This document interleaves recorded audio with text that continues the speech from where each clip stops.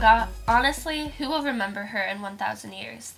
Pop icons who command empires of fans tend to fade with time, until nothing but barely remembered stories are all that remain of these towering figures. Percy Shelley's poem, Ozymandias, tells a similar story of the great Egyptian king, Ramses II. More than 1,000 years after his passing, nothing remains of his once vast empire, but the desolate landscape which was once the center of all civilization. Before listening to the poem, here's a few words you should pay attention to. Antique is a word typically used to describe old collectible items that are desirable because of their beauty and rarity, but here it describes the land. This implies that the setting of the poem is ancient, outdated, and perhaps uninhabited. Visage means face or image. Passions usually refer to very strong emotional attachment to a person or thing, but in the poem it can be interpreted to describe Ozymandias' beliefs and ideas about his own power. Mocked means ridicule, and a pedestal is the base or support of a statue, but can also refer to one who is idealized, and colossal means extremely large. Ozymandias. I met a traveler from an antique land who said, "Two vast and trunkless legs of stone stand in the desert. Near them, on the sand, half sunk a shattered visage lies, whose frown and wrinkled lip and sneer of cold command tell that its sculptor well those passions read which yet survive, stamped on these lifeless things the hand that mocked them and the heart that fed. And on the pedestal these words appear, My name is Ozymandias, King of Kings. Look on my works, ye mighty in despair. Nothing beside remains. Round the decay of the colossal wreck, boundless and bare, the lone and level sands stretch far away." Before we continue, here are some interesting facts about Percy Bysshe Shelley. Shelley was expelled from Oxford University for writing a pamphlet entitled The Necessity of Atheism. He married Mary Wollstonecraft's daughter, who became Mary Shelley and is the author of Frankenstein. He later drowned in 1822 in a sailing accident. He was not yet 30 and did not live to see the extent of his success and influence. At the time of his death, Shelley had approximately 50 readers in his audience and made no more than £40 from his writings. Ozymandias is a 14-line Italian sonnet, roughly in iambic pentameter. Elements of Romanticism. Ozymandias was published in 1818 and is considered to be Shelley's most famous poem, but it is also his most atypical. Usually, Shelley focuses heavily on themes such as love, beauty, and expression, none of which are the main focus in Ozymandias. Nonetheless, Ozymandias contains the romantic elements of imagination, an emphasis on the individual, and an exotic location setting. The central theme of Ozymandias is that, despite seemingly boundless power, even the greatest rulers in the mighty empires they build will inevitably decline with the passage of time. Sic transit gloria mundi, which means, thus passes the glory of the world, and has been interpreted as, worldly things are fleeting. The central theme of Ozymandias. Ozymandias has 3 distinct speakers: the person narrating the poem, the traveler telling the story that makes up the majority of the poem, and the king, Ozymandias.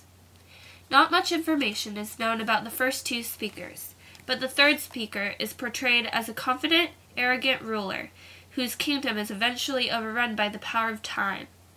Hearing this information secondhand further distances the main speaker of the poem from Ozymandias by creating another layer of obscurity, thus increasing the significance of the message that all power is lost over time, and weakening the king's command.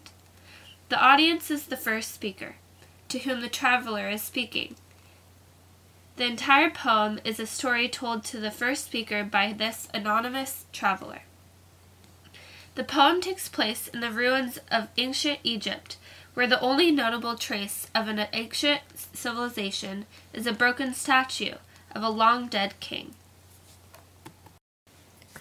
What is unusual about Ozymandias is that the entire poem is essentially in quotations.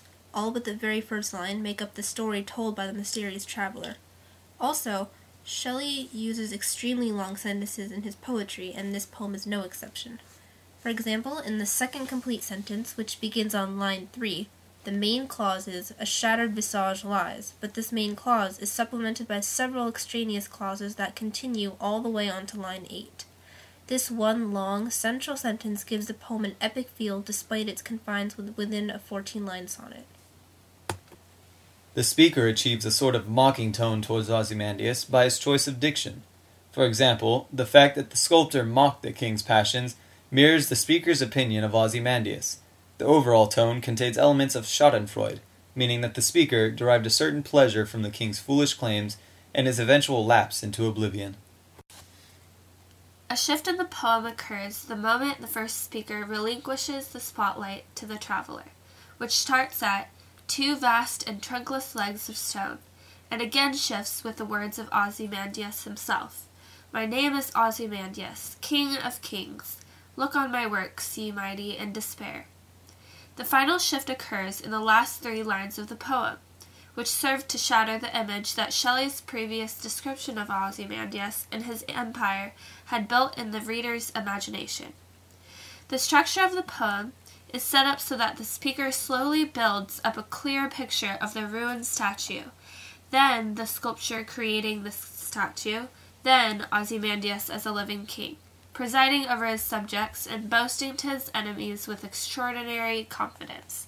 And then suddenly, the speaker destroys this image of the mighty Ozymandias in the final 3 lines, which depict a deserted wasteland void of the king's achievements. The king in the poem, Ozymandias, refers to King Ramses II of Egypt. This allusion is significant because King Ramses is considered to be the greatest and most powerful pharaoh of the Egyptian Empire. He ruled for about 90 years and at the end of his life was responsible for most of Egypt's riches and supplies that he had won from conquered empires. However, even a leader as mighty as Ramses did not have everlasting power. Less than 150 years after his death, internal problems and new enemies caused the Egyptian Empire to fall.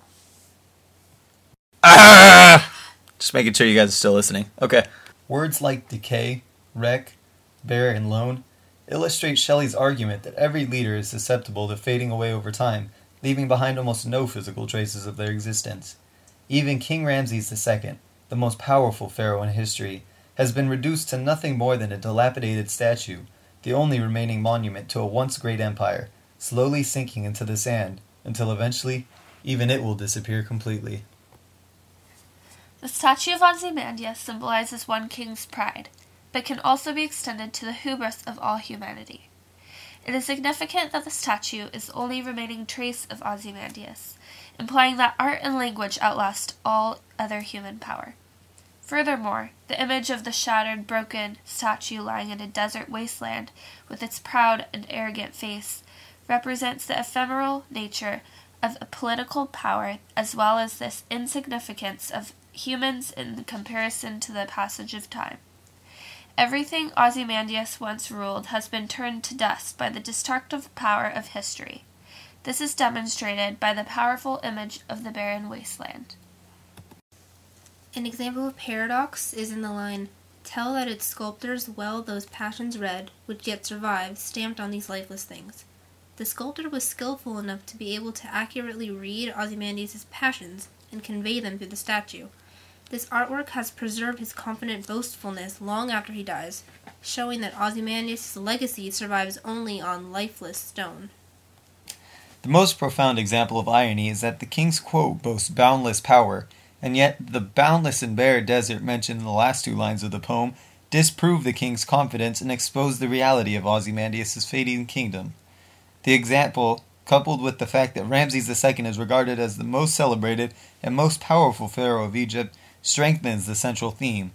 Also, the king's warning to "ye mighty" could be interpreted as an unintentional warning to other powerful kings and leaders that their kingdoms will also disintegrate eventually. The shattered visage and trunkless legs of stone are pieces of the statue that represent the king as a whole. Here's a little comic relief for our modern connection. I met a man from a land of trouble who said, "Two great broad and unlit billboards stand in the ruins. Near them in the rubble, half sunk, a filthy poster lies, whose pose in wild clothes and cleavage double tell that her picture well was planned and shot, and still it lives. Erotic, bright and dead, the face that drew them and the songs they bought, and on that poster these words I read. My name is Lady Gaga, Queen of Queens. Love me, little monsters in despair. Nothing beside remains. Round the billboard lie fallen stadiums, once tall and fair, dashed against the age of frenzies and horrors. While humorous, this poem carries heavy implications in that pop culture icons like Lady Gaga, Katy Perry, and Kesha can be seen as the Ramses of our day. Of course, they don't actually have empires, and Ramses actually did something in his time. But as far as their fame goes, can it be really said that they will last as long as they hope to? Will people really remember their hit song in 15, 10, even 5 years? Of course, only time will tell.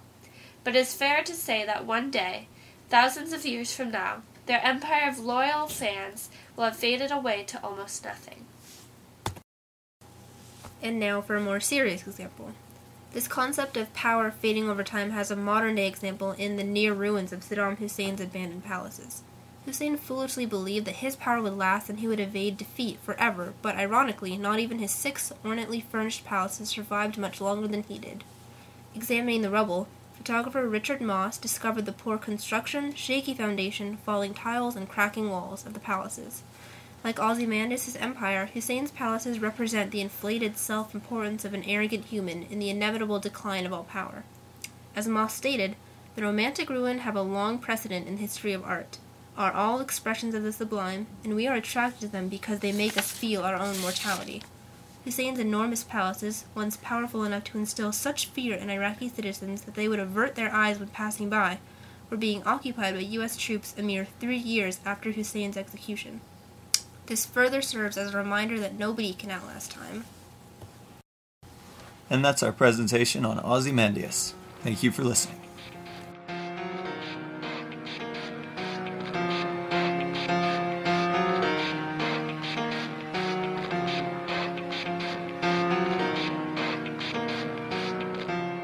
It starts with one thing. I don't know why. It doesn't even matter how hard you try. Keep that in mind. I designed this rhyme to explain in due time. All I